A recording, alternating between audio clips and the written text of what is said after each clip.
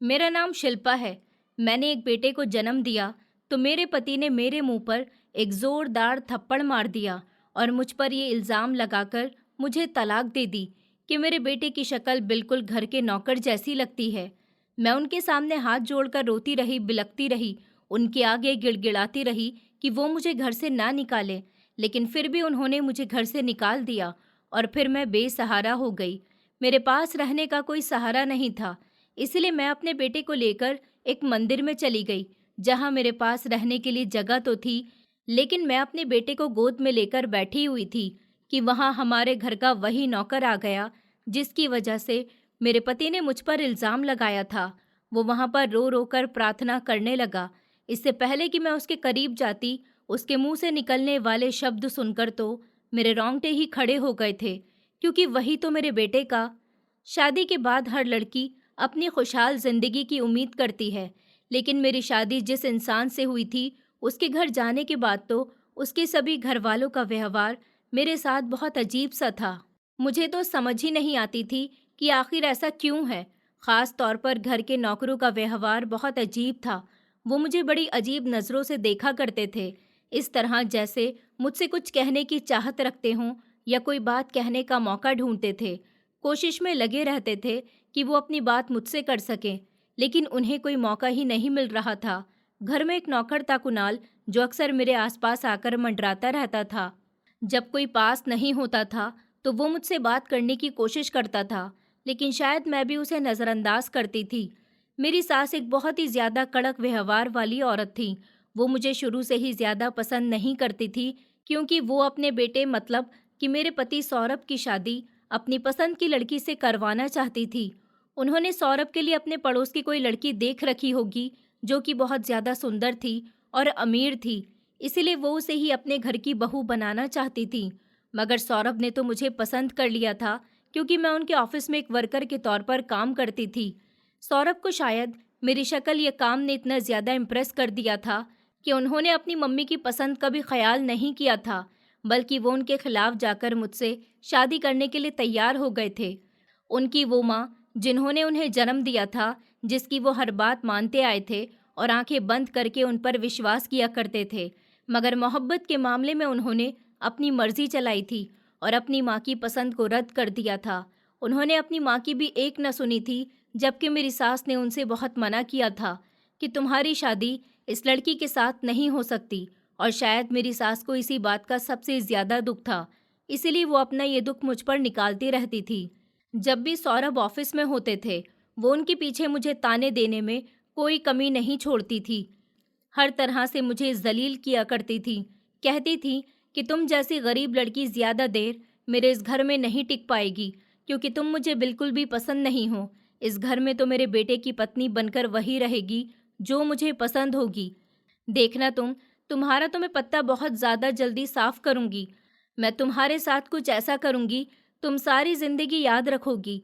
मेरे बेटे की आंखों पर तो अभी तुम्हारी मोहब्बत की पट्टी बंधी हुई है, मगर जल्द ही वो भी उतर जाएगी और वो अपने हाथों से तुम्हें इस घर से निकालेगा।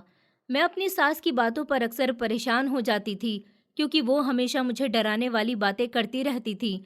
अब मैं ये तो नहीं जानती थी कि वो सच में मेरे साथ ऐसा करने वाली थी या सिर्फ मुझे डराया करती थी।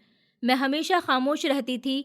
कभी मैंने अपनी सास की कोई भी शिकायत अपने पति से नहीं लगाई थी, क्योंकि वो पहले ही अपने काम में बहुत बिजी रहते थे और घर आकर बुरी तरह से थक जाते थे।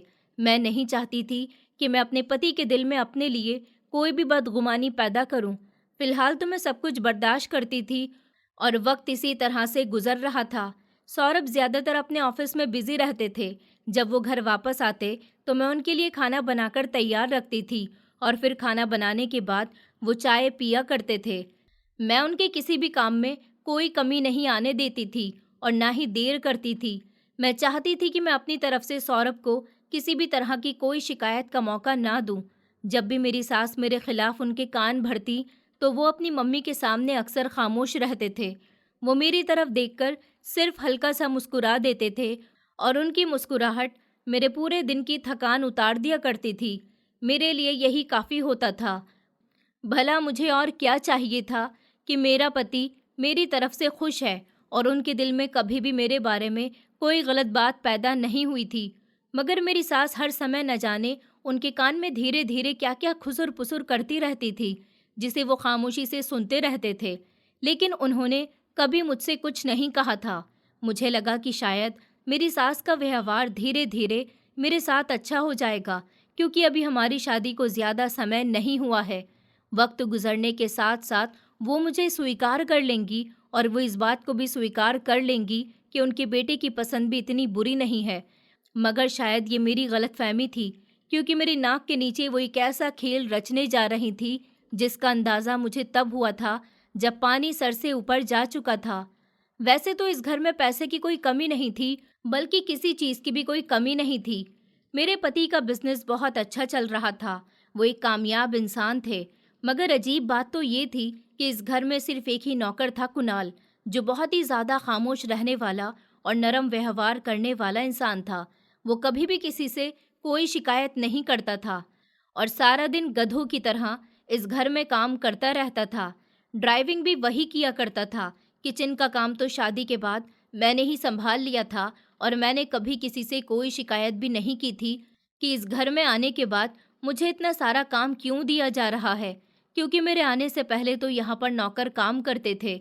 लेकिन मुझे घर के काम करने से कोई एतराज़ नहीं था, क्योंकि मैं एक मिडिल क्लास फैमिली से संबंध रखती थी। काम करना मेरी फितरत थी, मेरी आदत थी।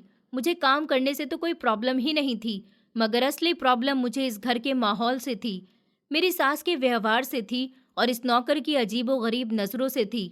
ऐसा नहीं था कि इस नौकर की नज़रों में कोई हवस थी या फिर कोई गलत मतलब छुपा हुआ था, बल्कि उसकी नज़रों में कोई सीक्रेट मैसेज छुपा होता था, जिसे मैं पढ़ नहीं सकती थी। मैंने बहुत बार कोशिश की थी कि उसके साथ बात करूं, आखिर जान सकूं कि वो क्या कहना चाहता है, मगर वो मेरी बात सुनते ही इधर-उधर हो जाता था और कहता था कि भाभी जी, मुझे कोई ज़रूरी काम याद आ गया, मैं अभी आता हूँ। न जाने वो इतना डरा हुआ क्यों रहता था। मैंने अक्सर नोटिस किया था कि जैसे उसे सैलरी भी नहीं मिलती थी, मगर फिर भी वो सारा दिन बिना बात के घर के सारे काम करता रहता था। मेरी सास का व्यवहार उसके साथ बहुत ही बुरा रहता था। अगर उससे थोड़ी सी भी गलती हो जाती थी, तो वो उसे बुरी तरह से डांट लगाया करती थी। ये सब देखकर तो मेरा दिल भी बुरा हो जाता था और आखिर वो भी तो एक इंसान ही था। इंसान से तो गलतियां होती ही रहती हैं, मगर मेरी सास किसी भी गलती को माफ़ नहीं करती थी। न जाने वो कैसे पत्थर दिल की औरत थी। मेरी शादी को अब लगभग 1 साल पूरा हो चुका था और मेरी सास ने इस 1 साल में अपना हर तरीका अपनाया था कि वो मुझे इस घर से किसी भी तरीके से निकाल दें। मेरे पति के दिल में थी कि वो मेरे खिलाफ गलत गलत बातें पैदा करती रहती थी, मगर हर बार वो नाकाम हो जाती थी, क्योंकि मेरा पति अपनी माँ की बात सुन तो लेता था, लेकिन वो खामोशी से उनके सामने बहुत ही ज़्यादा इज्जत और सम्मान के साथ रहता था, जैसे उनका कोई भक्त हो। मगर पत्नी को छोड़ने के मामले में शायद वो भी जिद पर अड़ा हुआ था और मेरे लिए यही काफ़ी था। शुरू शुरू में मेरे पति का व्यवहार मेरे साथ बहुत अच्छा रहता था।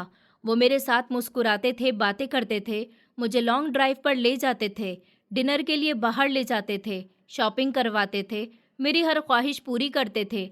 लेकिन धीरे धीरे मेरे और मेरे पति के बीच एक अजीब सी मिसअंडरस्टैंडिंग क्रिएट होने लगी थी, जिसे मैं खुद भी समझने से लाचार थी। शायद वो मेरी सास के कान भरने की वजह से था, मगर मैंने कभी भी अपने पति से किसी बात का कोई शिकवा नहीं किया था।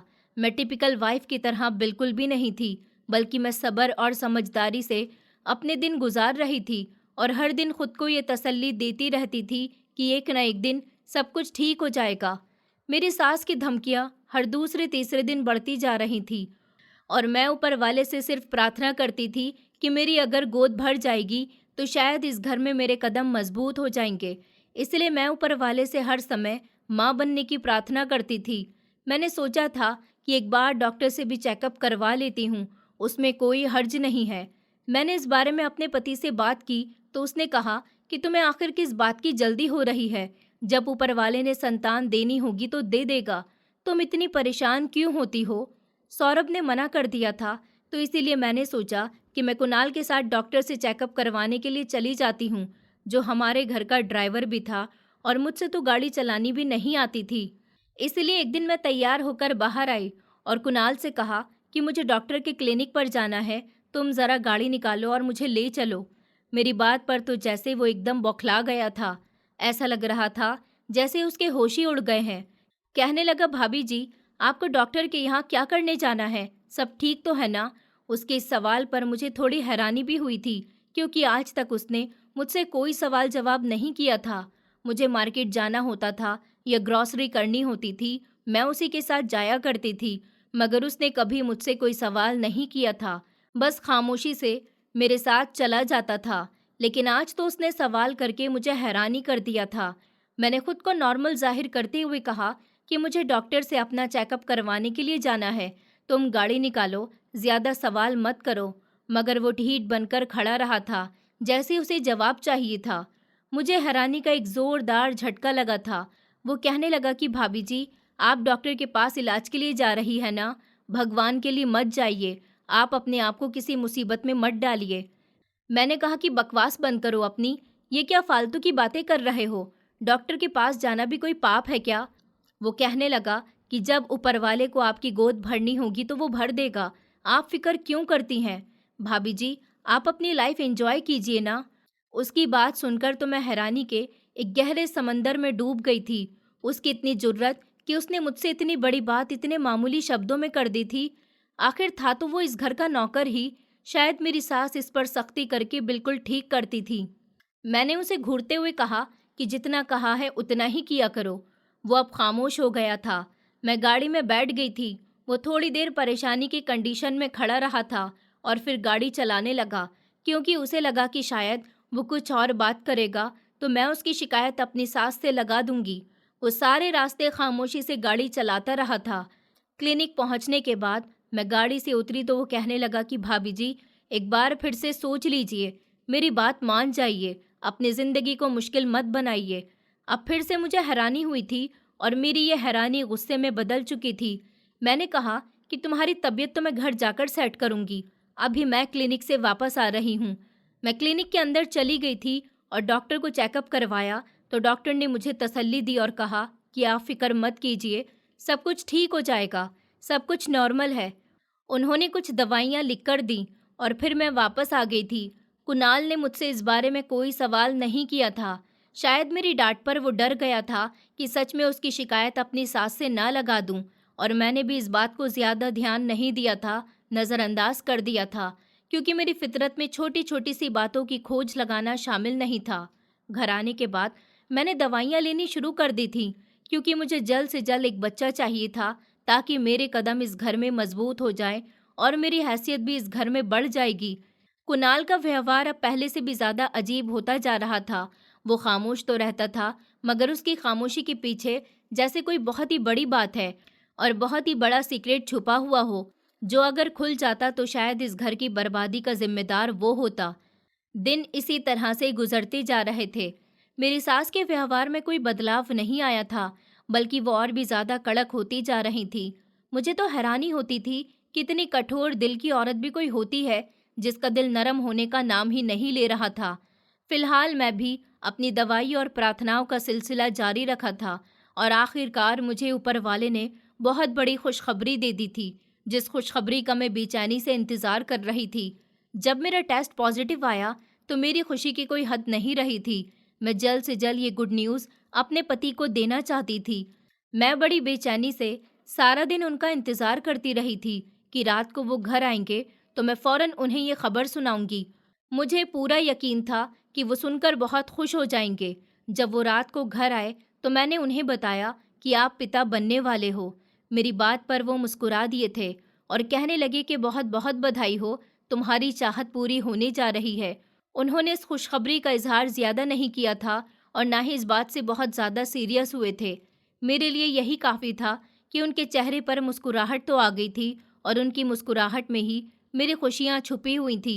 इस खुशी के आने से मेरी ज़िंदगी का रुख थोड़ा सा बदला था, क्योंकि घर का माहौल काफ़ी अच्छा हो गया था।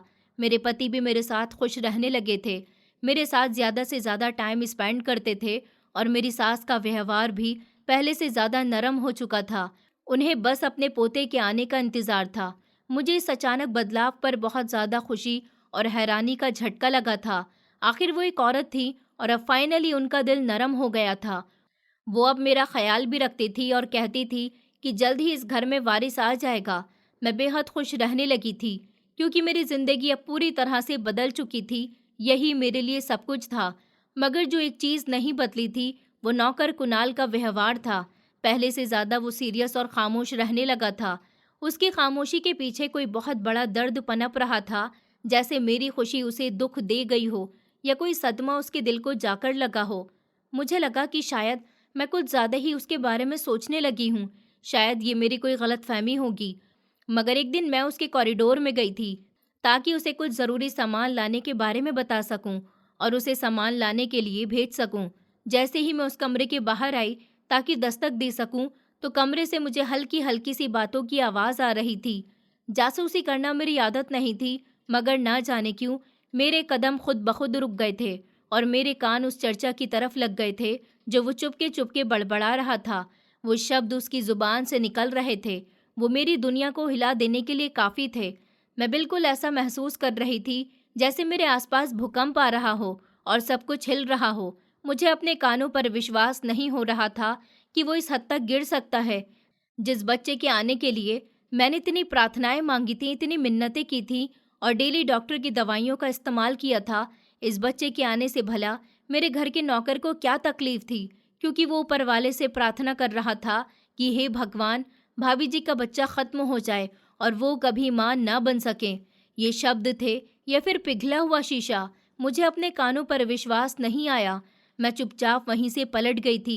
मैंने उससे कोई लड़ाई झगड़ा तो नहीं किया था, ना ही मेरी उसके साथ कोई पुरानी दुश्मनी थी, क्योंकि घर के नौकर से भला क्या मुंह लगना। मगर अब अपने कानों से सब सुनने के बाद मैंने उसके साथ सावधानी बरतनी शुरू कर दी थी और फासले रखना भी शुरू कर दिए थे। अब अगर मुझे कहीं जाना होता था तो मैं रिक्शा या टैक्सी कर लेती थी, लेकिन उसे कभी नहीं कहती थी कि वो मुझे कहीं लेकर चले। मगर अब मुझे उससे डर लगने लगा था कि कहीं वो मेरे बच्चे को कोई नुकसान ही ना पहुंचा दे। न जाने उसे मेरे बच्चे के आने से क्या तकलीफ थी। अब तो मेरी सास भी खुश रहती थी और मेरे पति भी मुझसे राजी थे, तो फिर वो कौन होता था मेरे लिए बद्दुआ करने वाला? दिन गुजरते जा रहे थे। मेरी हालत पहले से भी ज्यादा चिड़चिड़ी और ख़राब होने लगी थी, मगर इस दौरान मेरे पति और मेरी सास ने मेरा पूरी तरह से ख्याल रखा था। फिलहाल मेरी डिलीवरी का टाइम करीब आ रहा था। मेरी गोद में एक नन्हा मेहमान आने वाला था और फिर वो समय भी आ रहा था जब मेरी ज़िंदगी में उजाला हो जाएगा। ये उजाला मेरे लिए एक ढाल बनने वाला था। मेरी उम्मीदें बंध गई थी कि अब मेरी सास की साजिशें ख़त्म हो जाएंगी, मेरे पति की गलतफहमियां दूर हो जाएंगी और हमारा रिश्ता कभी नहीं टूटेगा और हमेशा हमेशा के लिए मजबूत हो जाएगा। क्योंकि मेरी सास और मेरे पति के व्यवहार में इतनी ज़्यादा लचक सिर्फ बच्चे के जन्म से ही मुमकिन हो सकती थी। लेकिन मैं ये नहीं जानती थी कि ये खुशी दरअसल एक आने वाले भयानक तूफान की शुरुआत थी। एक ऐसा तूफान जिसकी बुनियाद शक और साजिश पर रखी जा चुकी थी और जिसका अंधापन उस नौकर कुणाल की मासूम शक्ल बनने वाली थी। मेरी तबीयत बिगड़ती तो मेरे पति चेकअप के लिए मुझे अस्पताल ले जाते थे। डॉक्टर बताती थी कि तुम्हारा बच्चा सेहतमंद है, तो मुझे सुकून मिल जाता था। मैंने सोचा था कि मेरा बच्चा इस घर में खुशकिस्मती लेकर आएगा, मगर वहाँ मेरे इंतज़ार में एक ऐसा थप्पड़ था जिसकी गूंज मेरे पूरे वजूद को हमेशा के लिए तोड़ने वाली थी। वक्त तेज़ी से अपनी रफ्तार के साथ गुजर रहा था। मुझे जल्द से जल्द अपनी प्रेगनेंसी छुपाने की भरपूर कोशिश करनी थी, ताकि कुणाल को मेरे बेटे के जन्म की डेट का बिल्कुल भी आइडिया ना हो सके। बेटे के जन्म से पहले मैं बहुत डरी हुई थी। कुणाल की बद्दुआ और उसकी खामोश नफरत से मुझे डर लगने लगा था। मेरे शरीर में एक मासूम वजूद था और मुझे डर था कि कहीं वो मुझे कोई नुकसान न पहुंचा दे। अब मैं उससे छुटकारा पाने का कोई मौका नहीं देना चाहती थी। जब भी मैं उसे देखती थी, वो पहले से ज़्यादा सीरियस और खामोश नज़र आता था। उसकी खामोशी की गहराई में कोई दर्द पनप रहा था, जो मेरी खुशी को देखकर और भी बढ़ जाता था। मेरी सास का व्यवहार भी बहुत अजीब था। वैसे तो वो मेरा बहुत ख्याल रखती थी, मगर उनकी मुस्कुराहट में किसी जीत के एक्सप्रेशन छुपे होते थे, जैसे वो किसी खेल को जीत चुकी हों। मुझे उनकी ये नरम दिली किसी साजिश की शुरुआत लगती थी, लेकिन मैं खामोश रही थी। मैंने सोचा कि बच्चे के जन्म के बाद मेरे पति के दिल में भी मेरी जगह मजबूत हो जाएगी और मेरी सास की हर साजिश नाकाम हो जाएगी। फिलहाल वो लम्हा भी आ गया था। मुझे दर्द होने शुरू हो गए तो मेरे पति अपने ऑफिस में थे। मैंने अपनी सास को खबर दी थी कि मेरी तबीयत बिगड़ रही है, तो उन्होंने फौरन सौरभ को कॉल करके घर बुला लिया था। घर के ड्राइवर कुणाल को भी गाड़ी निकालने का हुक्म दिया गया था। जब मैं अस्पताल जाने के लिए गाड़ी में बैठी, मैं बहुत ज़्यादा दर्द से तड़प रही थी और जब अस्पताल के बिस्तर पर मुझे पहुंचाया गया तो मेरी सास की बातों और अपने पति के सफ़ेद चेहरे के बारे में सोच रही थी। आखिरकार मेरा बेटा इस दुनिया में आ गया था। अपने बेटे की पहली चीख सुनकर तो जैसे मेरा सारा दर्द खत्म ही हो गया था। मैंने उसे देखा, वो बहुत ही प्यारा था। मेरा दिल जान उस पर कुर्बान हो गई थी। शाम को मेरे पति वापस आए। मुझे बड़ी खुशी हुई थी कि अब मेरी सास का सारा जादू टूट जाएगा और मेरे पति की सारी मोहब्बत फिर से मेरी हो जाएगी। मेरे पति कमरे के अंदर आए और मैंने उनके सामने अपने बेटे को पेश किया और कहा कि सौरभ, ये देखिए, ये हमारा बेटा है। ये ऊपर वाले की तरफ से हम दोनों के लिए सबसे बड़ा तोहफा है। मेरी आवाज़ खुशी से कांप रही थी। सौरभ ने बेटे को गोद में लिया और मैंने अपने दिल की धड़कनों को तेज होते हुए महसूस किया था। लेकिन मेरी खुशी सिर्फ कुछ सेकंड की ही थी, ऐसे जैसे कोई मेहमान हो। सौरभ अपने ही बच्चे को बेहद ध्यान से देख रहे थे। मेरी नज़रें भी उनके चेहरे पर टिकी हुई थी ताकि उनके चेहरे के एक्सप्रेशन देख सकूं। जाहिर है कि पिता बनने की खुशी हर पति को होती है और मैं वही खुशी अपने पति के चेहरे पर देखना चाहती थी। ख़ास तौर पर जब बेटा पैदा होता है तो पिता को गर्व महसूस होता है, उसकी आंखों में मान होता है और अपनी पत्नी की इज्जत और भी बढ़ जाती है। मगर सौरभ की आंखों में तो पहले हल्की सी हैरानी और फिर बेहद नफरत भर गई थी। उनके चेहरे का रंग उड़ गया था और उनका चेहरा गुस्से से लाल हो गया था। उन्होंने गुस्से से कहा, ये क्या है शिल्पा? उनकी आवाज़ में तूफान था। क्या क्या हुआ सौरभ? उन्होंने बच्चे को नफरत से देखा और मुझसे कहने लगे कि ऐसा नहीं हो सकता, बिल्कुल भी नहीं हो सकता शिल्पा। ये तुम्हारा और मेरा बेटा कभी नहीं हो सकता। क्या तुमने इसे देखा नहीं? अपने पति की इस तरह की अजीब व गरीब बात पर मैं कंफ्यूज होकर रह गई थी। मैंने कहा कि आप ये क्या कह रहे हो? क्या ये कोई मजाक चल रहा है? ये आपका बेटा है। मैंने हल्के फुल्के अंदाज में कहा था, मगर उनकी आंखों में तो जैसे शोले बरस रहे थे। वो अभी मुझे देख रहे थे तो कभी अपने बेटे की शक्ल को देख रहे थे।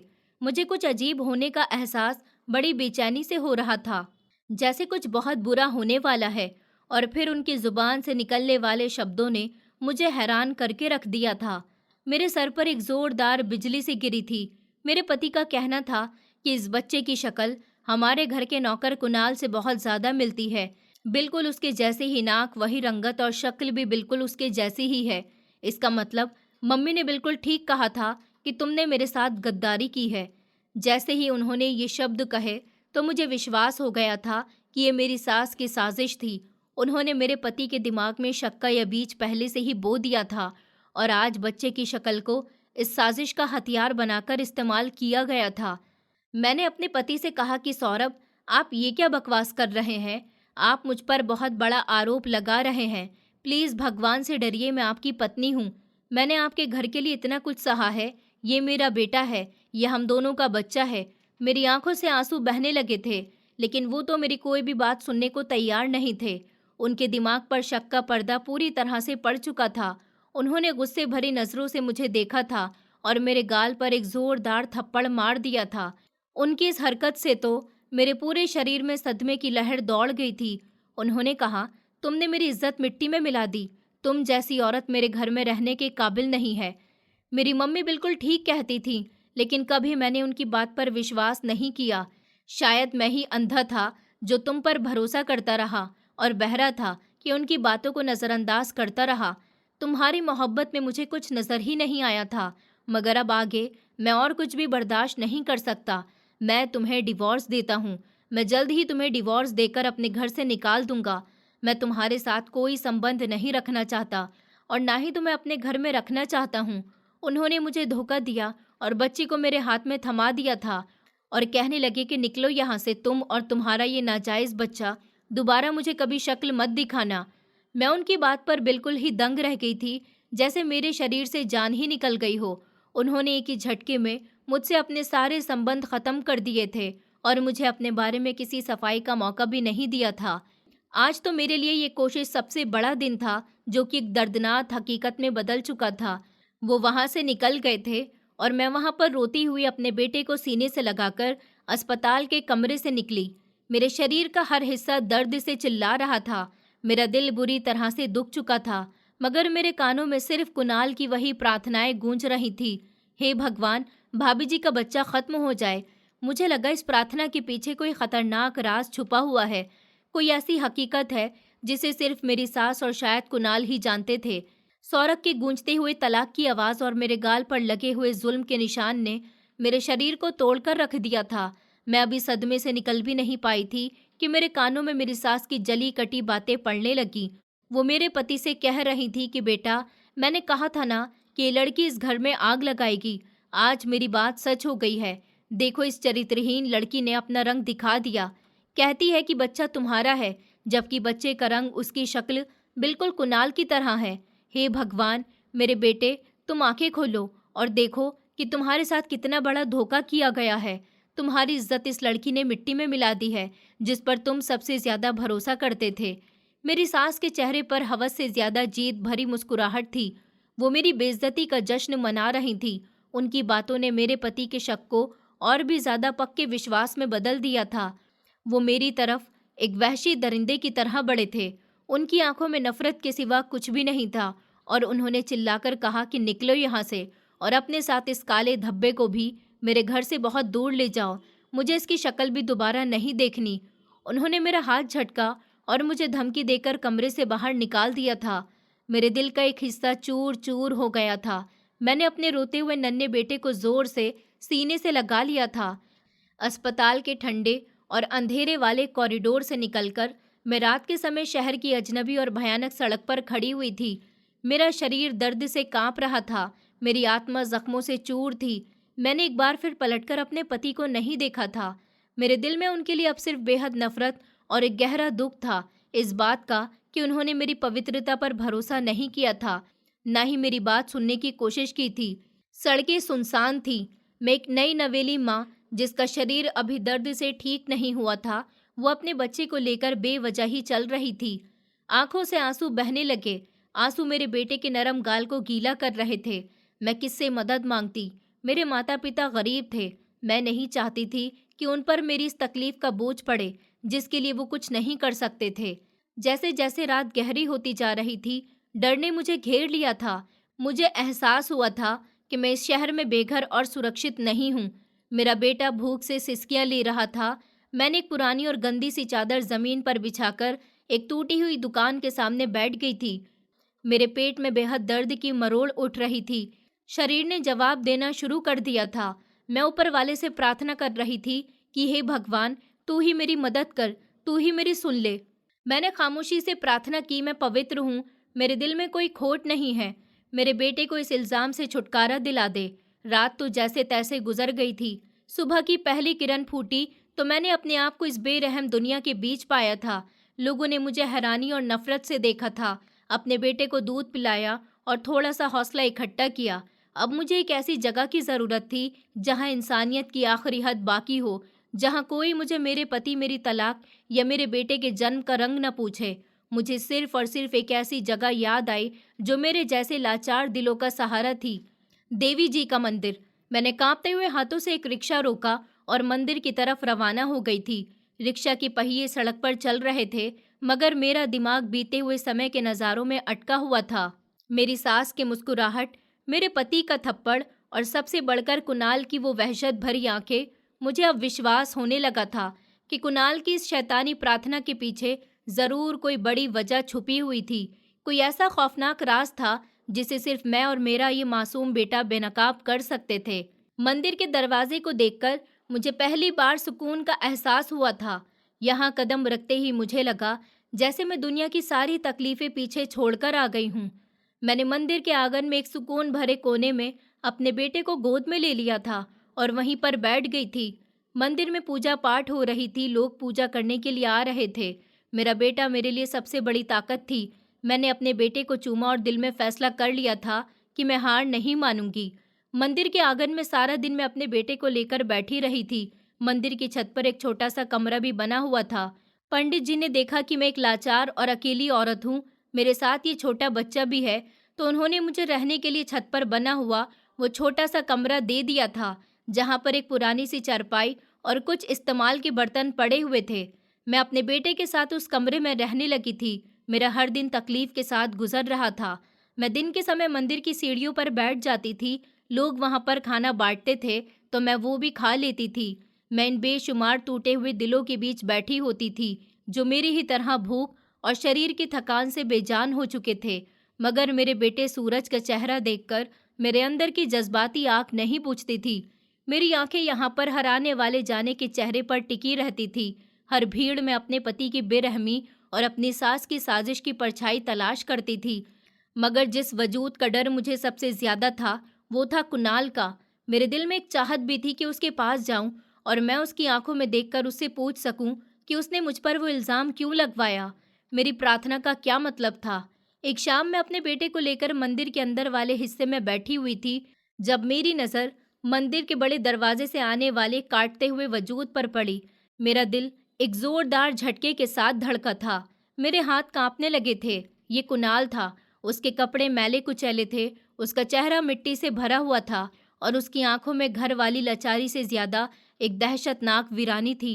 वो लोगों की भीड़ से कटकर एक पेड़ के नीचे, जहां अंधेरा था, वहां जाकर बैठ गया था। मुझे लगा कि वो मेरा पीछा करता हुआ यहाँ तक आया है। शायद मेरी सास ने उसे मेरी बर्बादी की देखभाल करने के लिए भेजा हो। मैंने अपने बेटे को फौरन अपने सीने में छुपा लिया था, मगर मेरे कदम मुझे उसकी तरफ खींचने लगे थे। मुझे अपने अंदर एक बेहद जज्बाती एहसास महसूस हुआ था कि इस समय मेरे दर्द और उसकी खामोशी के बीच छुपे हुए राज का पर्दा हटाया जाए। मैं उसके करीब पहुंची थी, मगर मैं उसके मुंह से निकलने वाले शब्द सुनकर हक्का बक्का सी रह गई थी। वो सिर्फ रो नहीं रहा था, बल्कि सिसकियां भी ले रहा था और उसके होठों से वही शब्द निकल रहे थे जो मैंने उसके कॉरिडोर में छुपकर सुने थे। मगर आज उसकी प्रार्थना दर्द की शिद्दत से बहुत ज्यादा आगे बढ़ चुकी थी।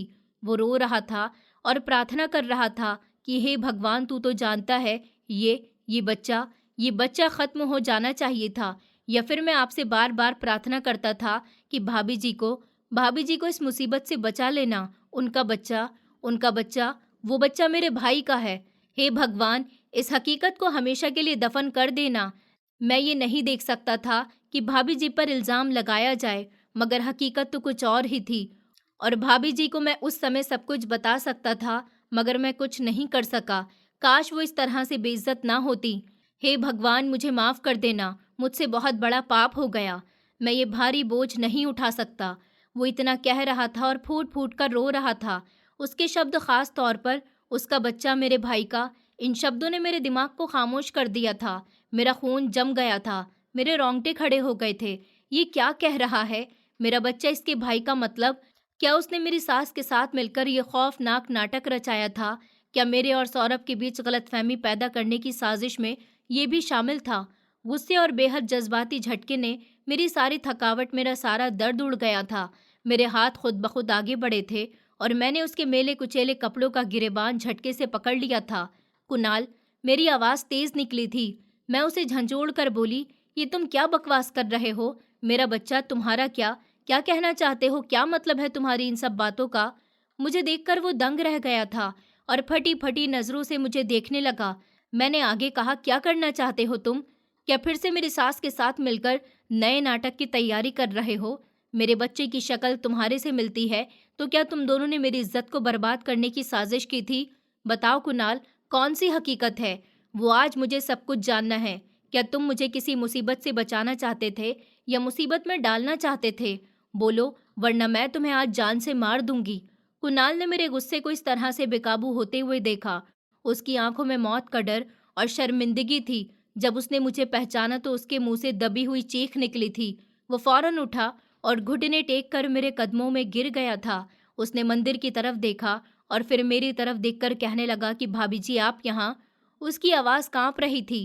मैंने कहा कि हाँ, मैं यहाँ हूँ घटिया इंसान। इस हाल में मैं सिर्फ तुम्हारी बद्दुआओं की वजह से हूँ और तुम्हारे इल्ज़ाम की वजह से। आज मुझे बताओ, मुझे सब कुछ बताओ कि ऐसी कौन सी हकीकत है जो मैं नहीं जानती। मेरा बेटा तुम्हारा बेटा कैसे है? क्या तुमने मेरे पति के साथ मेरी इज्जत का सौदा किया था? मैं गुस्से से पागल हो चुकी थी और उसे उसके कपड़ों से पकड़कर खींच रही थी। मंदिर में मौजूद आसपास के लोग भी हमारी तरफ देख रहे थे, मगर मैं इस समय किसी चीज की परवाह नहीं कर रही थी। मेरा मकसद सिर्फ इस छुपे हुए राज को जानना था जो मेरी और मेरे बेटे की जिंदगी को बर्बाद कर चुका था। कुणाल ने बेबसी से अपना चेहरा आसमान की तरफ उठाया था, जैसे ऊपर वाले से मदद मांग रहा हो, और उसकी आंखों से आंसुओं का समंदर बहने लगा था। उसने अपने गाल से निकलने वाले सिसकते हुए शब्द को दबाते हुए कहा कि भाभी जी, भगवान के लिए खामोश हो जाइए, मेरे साथ अकेले में चलिए, मैं आपको सब कुछ बता देता हूँ। मैं सच में आज आपको पूरी हकीकत बताऊंगा। उसने आगे भी कुछ कहने की कोशिश की थी, मगर उसकी आवाज़ डर और दर्द से घुटकर रह गई थी।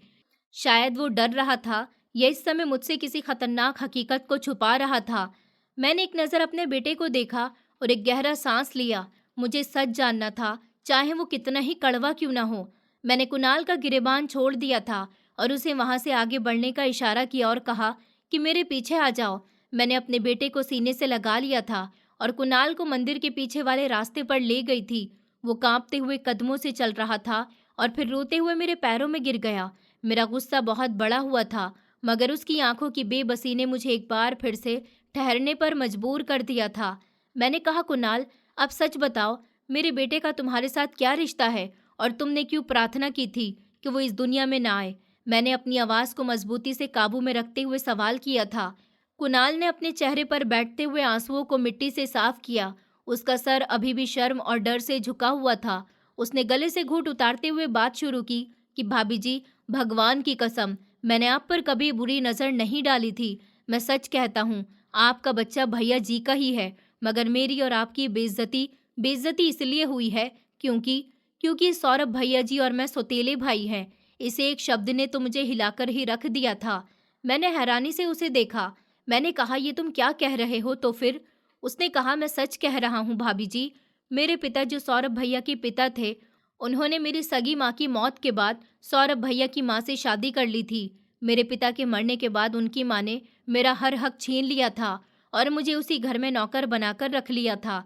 सौरभ भैया को आज तक इस बात का पता नहीं है कि मैं उनका भाई हूँ। मेरे दिल में मौजूद अपनी सास की नफरत की गांठ अब खुल चुकी थी। उनका कड़क व्यवहार, उनके ताने, ये सब इसी खौफनाक राज को छुपाने के लिए था। उनके बेटे सौरभ को पता न चल जाए कि उसका एक भाई भी इसी घर में जलील हो रहा है। मैंने कहा, फिर तुम चुप क्यों रहे? तुमने कभी सौरभ को सच क्यों नहीं बताया? मेरे शब्द अब गुस्से के बजाय अफसोस से भर गए थे। उन्होंने कहा, भाभी जी, वो औरत मुझे जान से मारने की धमकी देती थी कि अगर मैंने सौरभ भैया को ये बात बताई तो वो मेरे खिलाफ झूठे मुकदमे बनाएगी। वो बहुत ही चालाक औरत है और वो जानती थी कि सौरभ भैया अपनी माँ की बात पर विश्वास कर लेगा। मुझे मजबूरी में खामोशी की नौकरी करनी पड़ी। कुणाल ने रोते हुए आगे कहा, अब जब आपका बेटा पैदा हुआ तो मैं समझ गया था कि तूफान आने वाला है। मैंने बेचैनी से पूछा, कैसा तूफान? कुणाल ने अपने सीने पर हाथ रखा और कहने लगा कि भाभी जी, मेरे पिता की रंगत मुझसे ज्यादा मिलती थी और सौरभ अपनी माँ का बेटा था और उन्हीं की रंगत पर गया था। सौरभ की रंगत साफ थी, लेकिन अब जब आपका बेटा पैदा हुआ और उसका रंग और शक्ल मुझसे मिलती है तो ये सबूत है कि सौरभ और मैं एक ही पिता का खून है। ये बात उस औरत के लिए खतरा बन गई थी। वो नहीं चाहती थी कि मेरे और बच्चे के चेहरे की पहचान सौरभ को ये बात सोचने पर मजबूर करे कि मेरा और उसका कोई रिश्ता है। इसलिए उन्होंने फौरन ये इल्ज़ाम लगाया कि आपका मेरे साथ नाजायज़ संबंध था। उन्होंने ऐसा इसलिए किया था कि हम दोनों का पत्ता एक साथ ही साफ हो जाए। वो आपको घर से निकाल दें और मुझे बेइज्जत करके अपने भाई होने के हक से भी तरसा दें। कुणाल की बातें सुनकर मेरा सर चकराने लगा था। एक माँ अपने बेटे के भाई को छुपाने के लिए, उसके परिवार को मिटाने के लिए किस कदर मतलबी हो सकती है। कुणाल की प्रार्थना की कि ये बच्चा इस दुनिया में आने से पहले ही खत्म हो जाए। इसका मकसद सिर्फ ये था कि मैं और मेरा बेटा इस सियासी साजिश का शिकार न बने और मेरी इज्जत सलामत रहे। मैंने गहरी सांस ली और मेरे बेटे का चेहरा अभी मेरी ताकत था। मैंने कुणाल के कंधे पर हाथ रखा और कहा, तुम अब और जलील नहीं होगे कुणाल। तुम्हारा भाई होना कोई अपराध नहीं है और मेरे बेटे की शक्ल इल्ज़ाम का निशान नहीं है। कुणाल ने रोते हुए मेरी तरफ देखा और कहने लगा, भाभी जी, मेरा कसूर सिर्फ ये था कि मैं एक सौतेला बेटा था जिसे हक नहीं मिला, मगर आप जो कहेंगी मैं वैसा ही करूँगा। मैं आपसे वादा करता हूँ कि मैं आपका साथ दूंगा। मैं सौरभ भैया को सब कुछ सच सच बता दूंगा कि उसकी माँ कितनी जालिम औरत है। अब मैं और खामोश नहीं रहूंगा। ये सुनकर मेरे दिल को एक तसल्ली भरा सुकून मिल गया था। मेरा दुश्मन मेरा सबसे बड़ा गवाह और मेरा साथी बन चुका था। मेरे बेटे की शक्ल अब मेरे लिए सच्चाई की गवाही थी। अब समय आ गया था उस जालिम औरत का मुकाबला करने का। कुणाल ने मुझे सुझाव दिया कि आप बच्चे की डीएनए रिपोर्ट करवाइए और सारे सबूत के साथ सौरभ के पास जाइए ताकि उसकी आंखें खुल जाएं। मैंने कुणाल से कहा कि तुम्हारी भी सच्चाई खोलने का समय आ गया। तुम कब तक ये जुल्म बर्दाश्त करते रहोगे? हमें जुल्म के खिलाफ आवाज़ उठानी ही पड़ेगी। इसीलिए हमने फैसला किया था और मेरे बेटे की डीएनए रिपोर्ट करवाने के बाद मैं और कुणाल सौरभ के घर गए। वो घमंडी और अहंकारी इंसान अपनी माँ के पहलू में बैठा हुआ था और उनसे न जाने क्या क्या बातें कर रहा था। जब हम घर के अंदर दाखिल हुए तो वो तिल मिलाकर उठा और कहने लगा कि तुम्हारी इतनी हिम्मत कैसे हुई अपने इस नाजायज़ बच्चे को लेकर मेरे घर में आ सको? निकल जाओ मेरे घर से, मैं तुम्हारी शक्ल भी नहीं देखना चाहता। मैंने कहा, मुझे भी तुम्हें देखने का कोई शौक नहीं है, मैं तो बस तुम्हारी आंखें खोलने के लिए आई हूँ। ये कहकर मैंने वो रिपोर्ट उसके चेहरे पर मारी थी, जिस पर सौरभ की माँ का मुंह खुला का खुला रह गया था। सौरभ ने जैसे ही रिपोर्ट पढ़ी, उसके हाथ कांपने लगे थे। वो कहने लगा, ये क्या है? मैंने कहा, ये वही है जो तुम्हारी आंखों में तुम्हारी माँ ने धूल झोंकी थी। इस बच्चे के पिता तुम ही हो और मेरे लिए शर्म की बात है कि मेरा बेटा तुम जैसे पिता की औलाद है, जिसने अपनी पत्नी पर बेहद घटिया इल्जाम लगाया और अपने बच्चे को अपनाने तक से इनकार कर दिया। सौरभ मेरी बात सुनकर गहरे झटके में आ चुका था। वो कभी मुझे देख रहा था तो कभी अपनी माँ को, जिसकी आंखों में शोले बरस रहे थे। वो कहने लगी कि बेटा, ये इसकी कोई नई चाल है। सौरभ बेटा, इसे हमारे घर से निकाल दो। वो अभी भी सौरभ को अपने कंट्रोल में करना चाहती थी। अचानक कुणाल ने अपनी जेब से कुछ कागजात निकाले और सौरभ को पकड़ाए थे। उसने कहा कि ये है वो हकीकत जो मेरे बारे में तुम्हारी माँ ने छुपाई हुई थी। मैं इस घर का नौकर नहीं, बल्कि तुम्हारा सौतेला भाई हूँ और तुम्हारी जायदाद में मेरा बराबर का हिस्सा है। मगर तुम्हारी माँ ने मुझे एक नौकर बनाकर इस घर में रखा और आज शिल्पा भाभी की वजह से मैं जुबान खोलने पर तैयार हुआ हूँ। मेरे अंदर हौसला आया कि कब तक मैं जुल्म बर्दाश्त करता रहूंगा। सौरभ पर यह दूसरी सच्चाई बिजली बनकर गिरी थी। वो बेयकीनी नजरों से अपनी माँ को देख रहा था। फिर उसने कहा कि माँ, आपने मुझे इतना बड़ा धोखा क्यों दिया? मेरी जिंदगी बर्बाद कर दी और मेरे भाई की हकीकत मुझसे छुपाई। आखिर क्यों? सौरभ की माँ फट पड़ी थी। वो कहने लगी कि ये सब कुछ मैंने तुम्हारी भलाई के लिए ही किया है। ना तो ये लड़की तुम्हारे काबिल है और ना ही ये तुम्हारा भाई कहलाने के लायक है। इसकी शक्ल देखो और अपनी शक्ल देखो, तुम लाखों में एक हो। सौरभ अपनी माँ की ऐसी बातें सुनकर गुस्से से आग बबूला हो गया था। उसकी आंखें जैसे जल चुकी थी।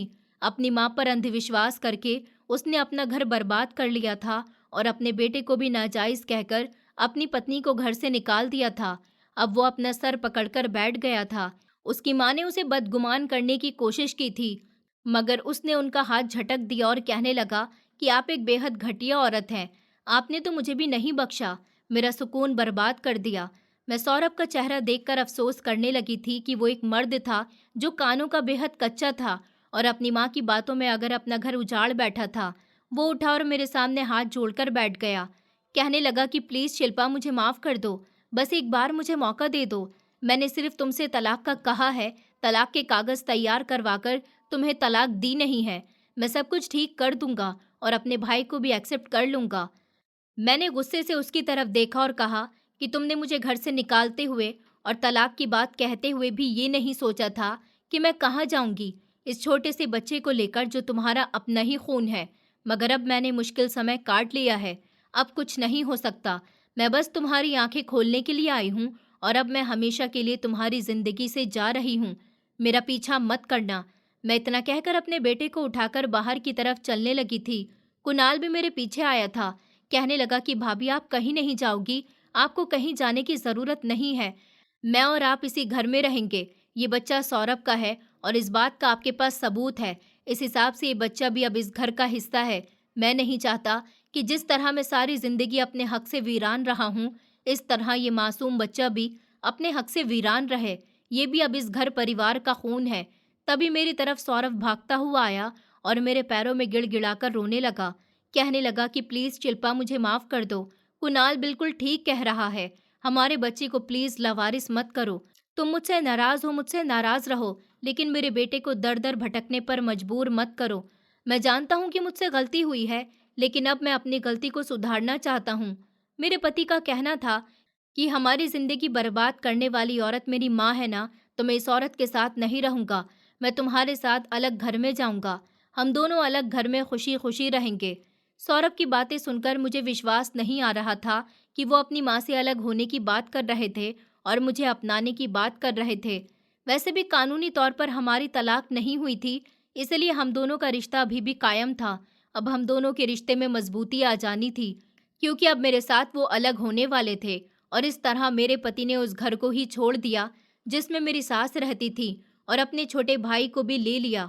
हम सब लोग एक किराए के घर में रहते हैं, खुश हैं, एक परिवार की तरह अच्छी जिंदगी गुजार रहे हैं। कुणाल भी हमारे साथ ही रहता है। सुना है कि मेरी सास की बहुत हालत खराब है। अकेले रहने की वजह से उन्हें काफी सारी बीमारियों ने घेर लिया।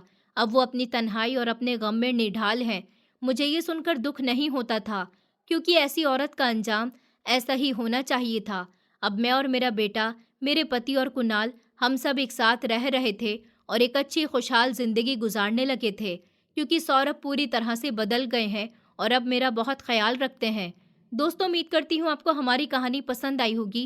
कहानी पसंद आई है तो वीडियो को लाइक करें, चैनल पर नए हैं तो चैनल को सब्सक्राइब करें और हाँ, नोटिफिकेशन बेल को ज़रूर दबाएं ताकि अगली अपडेट सबसे पहले आपको मिले।